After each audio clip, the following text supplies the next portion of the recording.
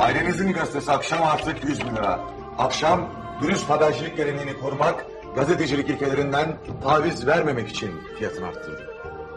Sizlerin bizden yalnızca haber, objektif, yansız, doğru haber istediğinizi biliyoruz.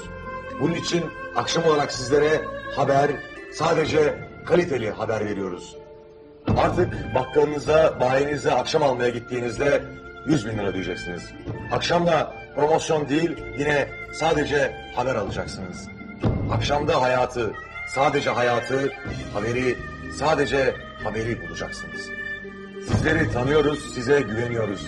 Sizlerin bizi tanıdığınızı, bize güvendiğinizi biliyoruz. Bizden gazete istediğinizi biliyoruz.